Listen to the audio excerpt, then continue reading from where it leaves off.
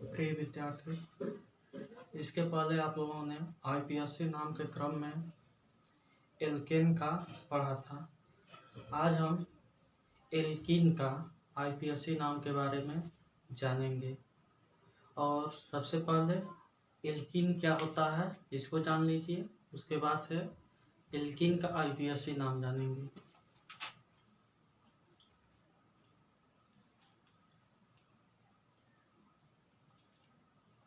Alkene, तो alkene क्या होता है? तो एल्कीन वे कार्बनिक यौगिक जिनके मध्य कार्बन और कार्बन के मध्य द्विबंध पाया जाता हो, यानी कोई ऐसा हाइड्रोकार्बन हो, मतलब हाइड्रोजन और कार्बन से बना यौगिक हाइड्रोकार्बन यौगिक होता है। तो यानी कार्बन और कार्बन के मध्य यदि द्विबंध पाया जाता हो तो यह जो होता है यही आपका क्या है? एल्कीन है। यानी एल्कीन कहने का मतलब वे हाइड्रोकार्बन जिसमें कार्बन और कार्बन के मध्य क्या पाया जाता हो? द्विबंध पाया जाता हो, उसी को हम एल्कीन कहते हैं। अब हमको इसका आईपीएससी नाम के बारे में जानना है, तो आइए इसका आईपीएससी नाम जानते हैं।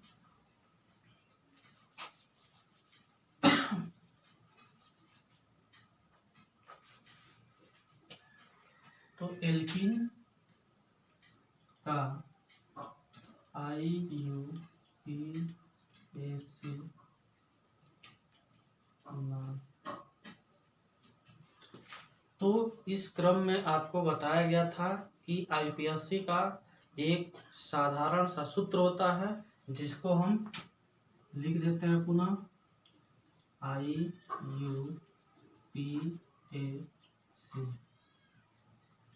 बराबर होता है पूर्व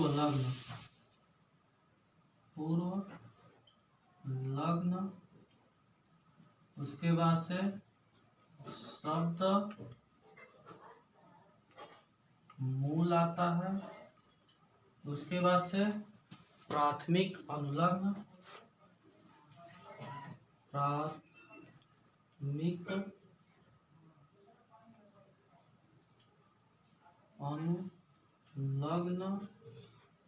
उसके बाद से द्वितीयक अनुलग्न आता है।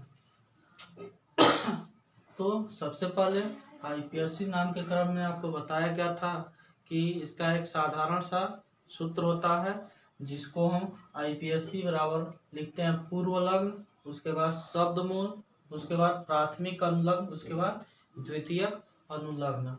तो आपको इसके पहले बताया गया था कि पूर्व लग्न में आपको क्या आता है? तो पूर्व लग्न में हाइड्रोजन समूह जिसको हम क्लोरो, फ्लोरो, ब्रोमो, आयोडो के नाम से जानते हैं, और इसमें नाइट्रो, NO2 या फिर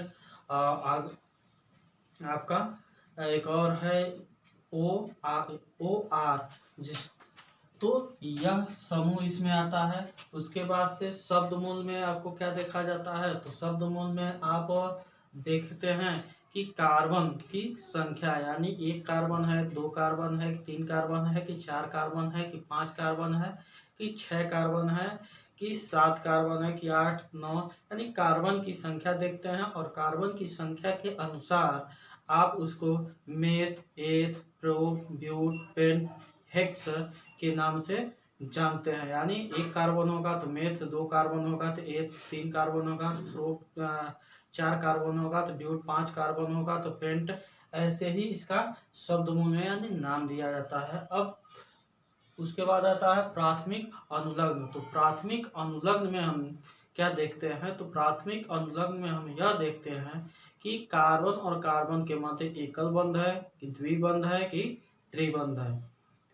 यदि एकल बंध पाया जाता है तो एन का प्रयोग करते हैं, द्विबंध पाया जाता है तो इन का प्रयोग करते हैं, त्रिबंध पाया जाता है तो आयन का प्रयोग करते हैं। तो यानी प्राथमिक अनुलग्न में हम क्या देखते हैं? तो कार्बन और कार्बन के मध्य एकल बंध पाया जा रहा है, कि द्विबंध पाया जा रहा है, कि त्रिबंध पाया जा रहा है। यदि एकल बंध पाया जा रहा हो तो क्या देखते हैं, क्या लिखते हैं अनुलग्न के रूप में? तो एन का प्रयोग करते हैं। यदि द्विबंध पाया जा रहा है तो इन का प्रयोग करते हैं। यदि त्रिबंध पाया जाता है तो आयन का प्रयोग किया जाता है।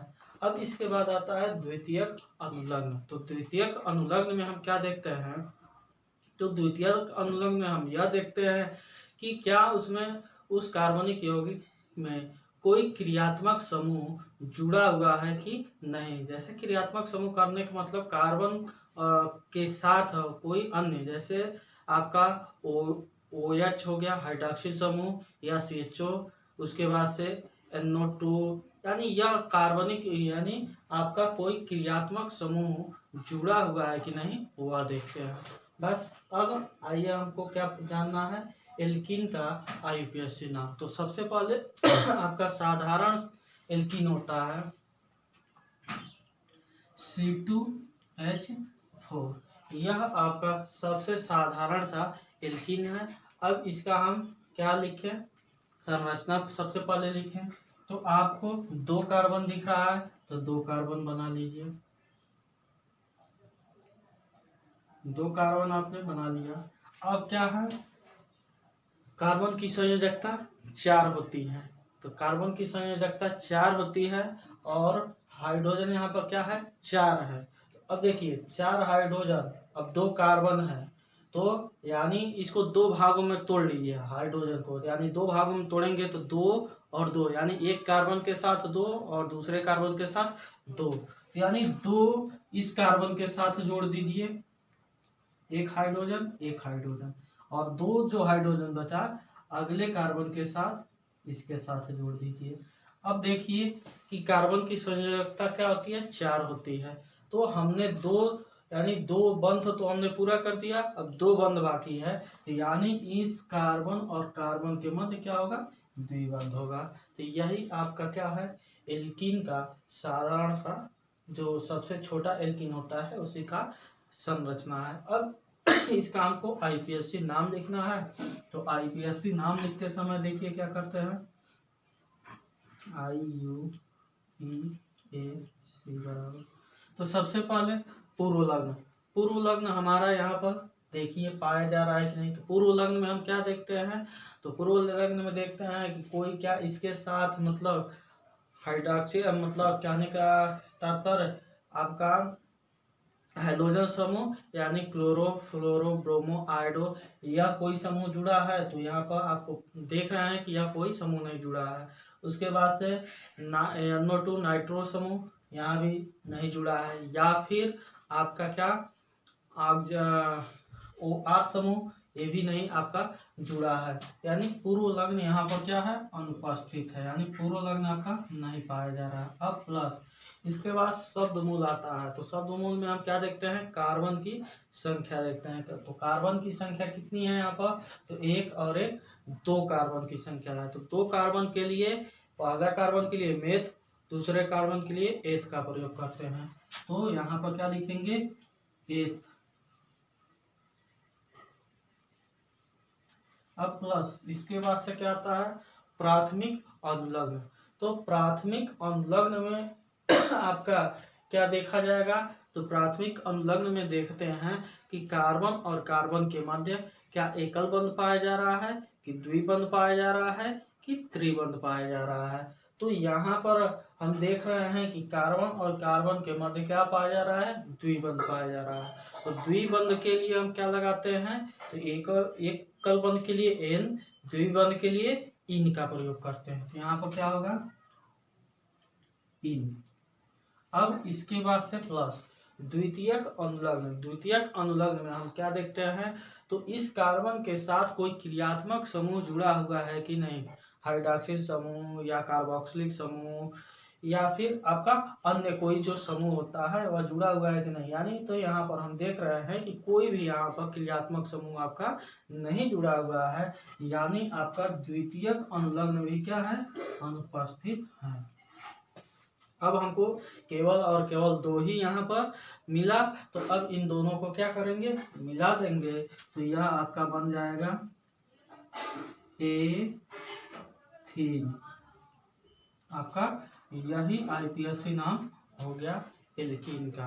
तो एल्कीन का साधारण तौर पर हम ऐसे ही IUPAC नाम लिखते हैं। कोई भी आपका एल्कीन हो उसका साधारण रूप से यही नाम लिखा जाता है। अब एक और उदाहरण लेते हैं।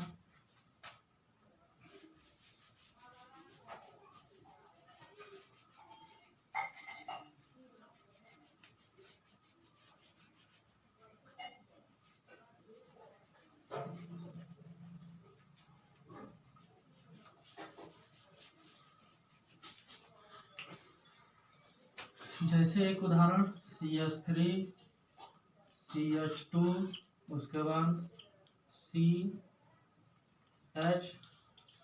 डबल बॉन्ड CH 1 2 3 4 उसके बाद CH2 CH मैंने इसको यहीं पर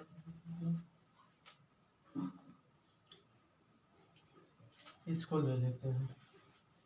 तो यह आपका एक प्रकार का एल्कीन ही है, क्योंकि यहाँ पर देख रहे हैं कि कार्बन और कार्बन के मध्य क्या पाया जा रहा है, द्विबंध पाया जा रहा है। अब इसका आईपीएससी नाम कैसे हम लिखेंगे, देखिए IUP।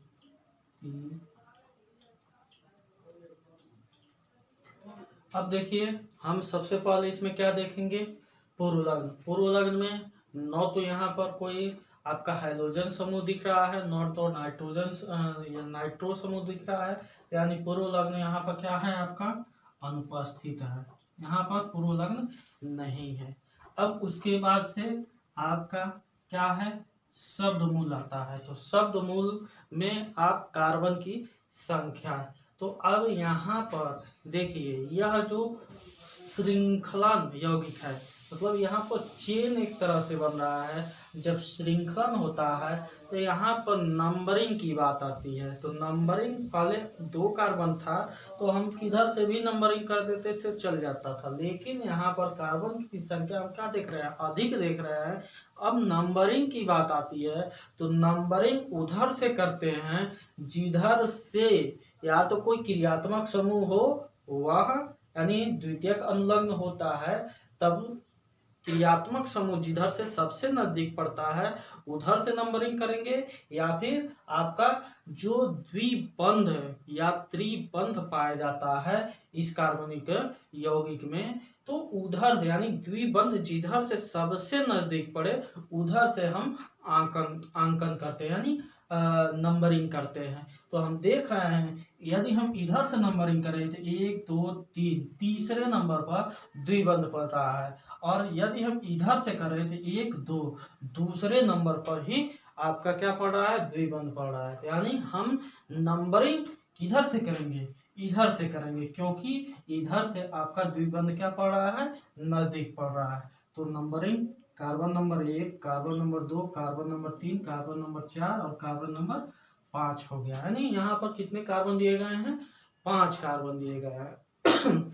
तो यानी नंबरिंग आपका ऐसे होगा। नंबरिंग करते समय यह ध्यान रखिए कि जिधर से द्विबंध सबसे नजदीक पड़ता है उधर से ही हम नंबरिंग करते हैं। तो हमारा द्विबंध इधर से नजदीक था तो हमने आपका नंबरिंग इधर से किया। यदि इधर से द्विबंध नजदीक पड़ता तो इधर से हम नंबरिंग करते हैं, यानी नंबरिंग उधर से करते हैं जिधर से द्विबंध नजदीक पड़ता है। तो अब आपका देखिए तो इसमें कितने कार्बन है, 5 कार्बन। 5 कार्बन के लिए मेथ एक प्रोब्यूट पेंट का प्रयोग करते हैं, पेन। अब प्लस शब्द मूल हो गया। अब प्राथमिक अनुलग्न। तो प्राथमिक अनुलग्न में आप क्या लिखेंगे, तो देखिए प्राथमिक अनुलग्न में हम देखते हैं कि द्विबंध एकल बंध है कि द्विबंध है कि त्रिबंध है, यानी उस यौगिक में एकल बंध पाया जा रहा है, द्विबंध पाया जा रहा है कि त्रिबंध पाया जा रहा है। तो अब यहाँ पर देख रहे हैं कि द्विबंध पाया जा रहा है, तो ठीक आपका द्विबंध के लिए क्या लगता है, इन का प्रयोग किया जाता है। तो इन हो गया। अब ध्यान दीजिए, यहाँ पर ध्यान देने वाली बात यह है कि हम द्विबंध कहाँ पाया जा रहा है, दूसरे कार्बन नंबर पर ना। तो यहाँ पर हमको दो यानी लिखना पड़ेगा, यानी यह ध्यान अभी नहीं, यहाँ तो ठीक है, लेकिन जब इसको हम जोड़ेंगे तब वहां पर इस बंध को हमको बताना पड़ेगा कि कितने नंबर पर यह बंध आ रहा है। तो आपका अभी तो यह द्विबंध पाया जा रहा है, इसलिए इनका प्रयोग अनुलग्न के रूप में, अब द्वितीयक अनुलग्न, तो द्वितीयक अनुलग्न यहाँ पर भी आपका उपस्थित हो, कोई क्रियात्मक समूह नहीं, यानी प्लस द्वितीयक अनुलग्न अनुपस्थित है। अब इसको हमने जोड़ा तो क्या होगा, पेंटीन, हमको क्या प्राप्त हुआ, पेंटीन। लेकिन और यह कौन सा पेंटीन है, तो 1 और 2, दूसरे नंबर पर द्विबंध पाया जा रहा है, तो यानी पेंटीन 2, यानी 2 पेंटीन या पेंटीन 2 के नाम से भी इसको पढ़ सकते हैं। या तो इसको पेंटीन 2 लिखें या फिर 2 पेंटीन, इसको ऐसे भी लिख सकते हैं, पेंट उसके बाद 2 इन, यह भी आपका हो सकता है, यानी पेन दूसरे नंबर पर इन, यानी पेंटिन 2 भी लिख सकते हैं और पेन 2 इन भी लिख सकते हैं। आपका यही एल्कीन का आईपीएससी नाम हो गया। इसी प्रकार एक आध दो और उदाहरण लेकर आप समझ सकते हैं। मुख्य रूप से यहाँ पर ध्यान देने वाली बात यही है कि आपको पूर्वलग्न, शब्दमूल, प्राथमिक अनुलग्न और द्वितीयक अनुलग्न पहचानना आना चाहिए। तो यहाँ पर हम देख रहे हैं कि आपका पूर्वलग्न यहाँ पर अनुपस्थित है, तो पूर्वलग्न का जगह वैसे खत्म हो जाएगा। उसके बाद से आपका शब्दमूल, तो शब्दमूल में यह ध्यान रखिए, यानी चेन बनाता हुआ कोई कार्बनिक यौगिक मिल रहा है, यानी लंबी श्रृंखला वाला कोई कार्बनिक यौगिक आपको प्राप्त हो रहा है, तो उसमें कार्बन की संख्या गिनते समय यह ध्यान रखिए कि द्विबंध या फिर त्रिबंध जिधर से अंकन मतलब गिनते समय सबसे नजदीक पड़ता है, उधर से ही हम क्या करते हैं, गिनना प्रारंभ करते हैं। तो हमारा इधर से मतलब द्विबंध दूसरे नंबर पर आ रहा था और इधर से तीसरे नंबर पर आ रहा था, इसलिए हमने जिधर से कम नंबर आ रहा था उधर से हमने गिना, यानी 1 2, यानी इधर से हमने गिनना प्रारंभ किया। अब गिनने के बाद से अब आपका प्राथमिक अनुलग्न आया। प्राथमिक अनुलग्न में हम क्या देखते हैं कि उस कार्बनिक यौगिक में द्विबंध या फिर त्रिबंध पाया जा रहा है कि एकल बंध पाया जा रहा है, द्विबंध पाया जा रहा है, त्रिबंध पाया जा रहा है। यदि एकल बंध पाया जाता है तो मेथ का प्रयोग करते हैं, एकल बंध पाया जा रहा है तो एन का प्रयोग, द्विबंध पाया जा रहा है तो इन का प्रयोग, और त्रिबंध पाया जा रहा है तो आइन का प्रयोग। यहाँ हम देख रहे हैं कि इन यानी द्विबंध पाया जा रहा है तो हमने क्या प्रयोग किया, इन का प्रयोग किया। अब इसके बाद से आपका द्वितीयक अनुलग्न आता है, तो द्वितीयक अनुलग्न में हम क्या देखते हैं तो द्वितीयक अनुलग्न देखते हैं कि कोई क्रियात्मक समूह उपस्थित है कि नहीं। यदि कोई क्रियात्मक समूह उपस्थित है तो उसका हम यहाँ पर लिखते हैं, यदि अनुपस्थित है तो वह वैसे ही छोड़ दिया जाता है। तो यहाँ कोई क्रियात्मक समूह उपस्थित नहीं है, इसलिए इस आपका पेंट प्लस इन प्राप्त हुआ। अब इसको हम जोड़ेंगे तो पेंटीन प्राप्त हुआ। अब यहाँ पर ध्यान दीजिए कि यह लंबी श्रृंखला वाला यौगिक है, तो यानी और द्विबंध भी पाया जा रहा है, तो यानी इसमें द्विबंध कहाँ पाया जा रहा है यह आपको बताना आवश्यक है। तो यह दूसरे नंबर पर पाया जा रहा है, तो यह पेंटीन 2 हो जाएगा। अब इसी प्रकार जैसे आप यह संरचना से नाम लिख लेते हैं, वैसे ही आपको नाम से संरचना बनाना पड़ेगा। तो अब नाम से जैसे हम पेंटीन, अगर हम 2 या नहीं बताते तो पेंटीन बस लिखते, तो पेंटीन का मतलब पेंटीन 5 कार्बन और द्विबंध यहाँ भी हो सकता है, यहाँ भी हो सकता है, यहाँ कहीं भी हो सकता है, तो यह संरचना हमको नहीं मिल पाती। लेकिन यह पेंटीन 2 कहने का मतलब यह कहीं भी कार्बन और कार्बन के मध्य द्विबंध कहाँ पाया जा रहा है, तो दूसरे नंबर पर ही पाया जाएगा। इसको दर्शाने के संबंध में मतलब यह जब दर्शा दिया है तो यह दूसरे नंबर पर ही आप बना पाएंगे। ठीक है, तो यह आपका एल्कीन का आईपीएससी नाम हो गया। आप इसी प्रकार अगले वीडियो में आप एल्काइन का आईपीएससी नाम पढ़ेंगे। तो इसमें कोई भी आपको दिक्कत हो तो फिर उसमें सहयोग दिया जा सकता है, तो आप पूछ सकते हैं। अब अगले वीडियो में आपको एल्कीन यहाँ हो गया, अब एल्काइन का आपको पढ़ना है। ठीक है, नेक्स्ट वीडियो में एल्काइन का पढ़ेंगे।